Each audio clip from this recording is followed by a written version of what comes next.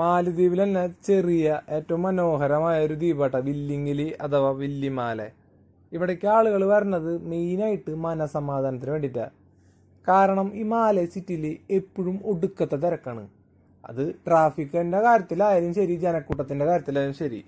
അവിടെ നിന്ന് അതൊക്കെ ഒന്ന് ഒഴിഞ്ഞു കിട്ടാൻ വേണ്ടിയിട്ട് ആളുകൾ വീക്കെൻഡിൽ വരുന്നൊരു ദ്വീപാട്ടത് നമ്മുടെ വില്ലിമാല.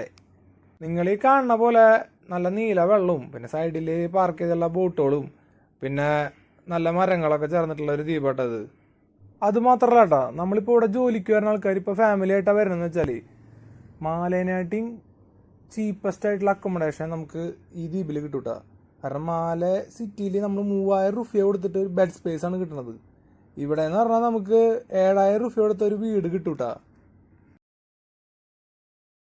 ഇവിടെ തൊട്ടടുത്തൊരു ഓപ്പൺ സ്പേസ് ആയിട്ടുള്ള ഒരു എക്സസൈസ് ഏരിയ കണ്ടുട്ടാ. പിന്നെ അത് പോയി നോക്കാന്ന് വെച്ചു. അപ്പോൾ അത് നോക്കുമ്പോൾ നമ്മൾ കാണുന്നത് വെച്ചാൽ ഇന്ത്യയിൽ നിന്ന് കൊടുത്തിട്ടുള്ള ഒരു എക്യുപ്മെന്റ്സ് ആട്ടത്.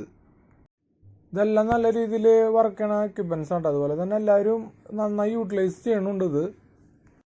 പിന്നെ അതിൻ്റെ തൊട്ടടുത്തൊരു ആശുപത്രി ഉണ്ട് കേട്ടോ. നമ്മളിപ്പോൾ കാണുമ്പോൾ ഒരു നല്ല ഹോസ്പിറ്റലായിട്ട് നമുക്ക് തോന്നുന്നുണ്ട്. നമ്മൾ ഉള്ളിലേക്കൊന്നും കയറി നോക്കിയില്ല. അവിടെ നിന്ന് കുറച്ച് നമ്മൾ മുന്നോട്ട് പോയപ്പോൾ ഒരു സ്ട്രീറ്റ് ഉണ്ട് കേട്ടോ. സ്ട്രീറ്റിൻ്റെ പേര് കണ്ടപ്പോൾ നമ്മൾ ഇത്തിരി നോക്കി നിന്ന് പോയി. നമുക്ക് ഇവിടുത്തെ ഭാഷയുടെ അർത്ഥം അറിയില്ല. നമ്മുടെ ഭാഷയിൽ കാണുമ്പോൾ മാത്രമാണ് നമുക്ക് ചിരി വരണത്. നമ്മളവിടെ നിന്ന് നേരെ നടന്നത് ബീച്ച് സൈഡിൽ കേട്ടോ. ബീച്ച് സൈഡിൽ നമ്മൾ ഓരോ ഭാഗത്തായിട്ട് ഓരോ സ്പോർട്സിൽ ഏർപ്പെട്ടുകൊണ്ടിരിക്കുന്ന ആളുകൾ കണ്ടു. ഇവിടുത്തെ ആൾക്കാർ മാത്രമല്ല കേട്ടോ. ഇവിടുന്ന് കുറച്ചും കൂടി നടന്നപ്പോൾ നമ്മൾ കാണുന്നതെന്ന് വെച്ചാൽ നമ്മൾ ഇവിടുത്തെ ടൂറിസ്റ്റുകളും അതുപോലെ തന്നെ ഇവിടുത്തെ ആൾക്കാരും കൂടിയിട്ട് വോളിബോൾ കളിച്ചുകൊണ്ടിരിക്കണം കേട്ടോ. പിന്നെ ഇവിടുത്തെ ആൾക്കാർ എല്ലാവരോടും നല്ല ഫ്രണ്ട്ലി കേട്ടോ. അത് നല്ല കാര്യം. അതിൻ്റെ സൈഡിലായിട്ട് ഒരു അത്യാവശ്യം നല്ല പാർക്ക് കേട്ടോ പിന്നുള്ളത്. ഈ പാർക്കിൻ്റെ പ്രത്യേകത എന്ന് വെച്ചാൽ പിള്ളേർക്ക് മാത്രമുള്ളതാണ്. പക്ഷെ ഇവിടുത്തെ ഗവൺമെൻറ് ആയിക്കോട്ടെ, അവിടുത്തെ ആൾക്കാരായിക്കോട്ടെ, ഇത് നല്ല രീതിയിൽ മെയിൻറ്റെയിൻ ചെയ്തുകൊണ്ട് അത് സ്പോർട്സിൻ്റെ കാര്യത്തിലായാലും ഇവർ നല്ല രീതിയിൽ ശ്രദ്ധ കൊടുക്കുന്നുണ്ട് കേട്ടോ. പാർക്കിൻ്റെ സൈഡിലെ വഴിയിലൂടെ നടന്നപ്പോളേ ഒരു സ്കൂള് കാണുന്നുണ്ട് കേട്ടോ. സ്കൂള് നല്ലൊരു ബിൽഡിങ്ങിലാണ് പ്രവർത്തിക്കുന്നത്. പിന്നെ ഇന്നിപ്പോൾ ഹോളിഡേ ആയതുകൊണ്ട് ക്ലാസ് ഒന്നും ഇല്ല.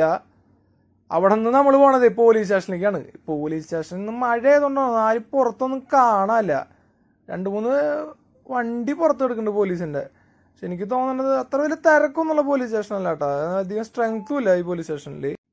നമ്മൾ കറങ്ങി തിരിഞ്ഞ് വീണ്ടും നമ്മൾ ഇറങ്ങിയ സ്ഥലത്തുള്ള ബീച്ചിൻ്റെ സൈഡിലേക്ക് എത്തിയിട്ട് ഇവിടെ നിന്നൊരു മാലേ സിറ്റിയുടെ വ്യൂ കാണാൻ പറ്റുന്നുണ്ട് കേട്ടോ.